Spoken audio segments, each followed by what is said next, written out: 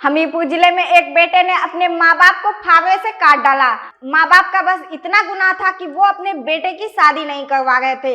बेटे की उम्र 25 साल थी। वो कई दिनों से माँ बाप से शादी का जिद कर रहा था। इसी बात से नाराज होकर बेटे ने रविवार देर रात पहले माँ बाप को फावड़े से काटा, फिर ईंट से उनका सिर भी कुचल दिया। पूरा मामला हमीरपुर जिले के लोदीपुर निवादा गांव का है, जहां लोदीपुर निवादा निवासी लल्लू सिंह अपनी पत्नी और बेटे श्यामू के साथ रहते थे। उनके पास ज़्यादा जमीन नहीं है। उनका बड़ा बेटा रामू अपने परिवार के साथ दिल्ली में मजदूरी कर रहा था। उनका दूसरा बेटा श्यामू अविवाहित है।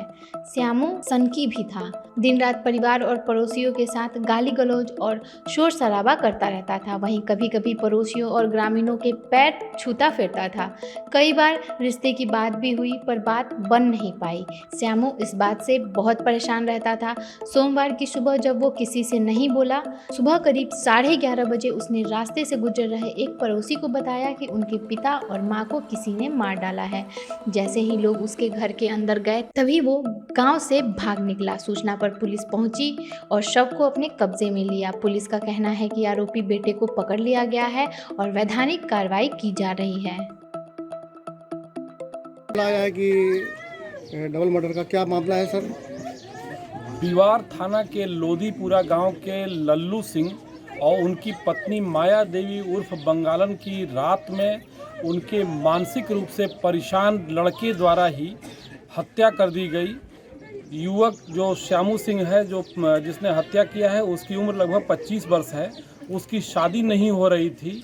गांव में भी उसकी कई बार चारित्रिक रूप से शिकायत थी। कल उसके द्वारा रात में हत्या की गई। बार बार वो शादी के लिए दबाव दे रहा था। पास में घर में ही उसकी जो बकरी थी उसका भी उसके द्वारा कान काट करके फेंका गया है। ऐसा प्रतीत हो रहा है कि शादी न होने से क्षुब्ध होकर के और इस घटना को कारित किया गया है।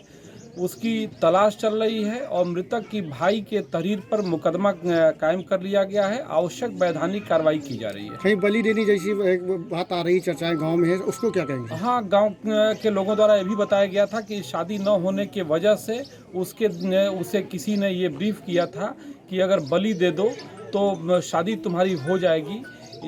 इस सभी पहलुओं पे गहराई से छानबीन की जा रही है और जो भी तथ्य आएंगे तदनुसार वैधानिक कार्रवाई की जाएगी।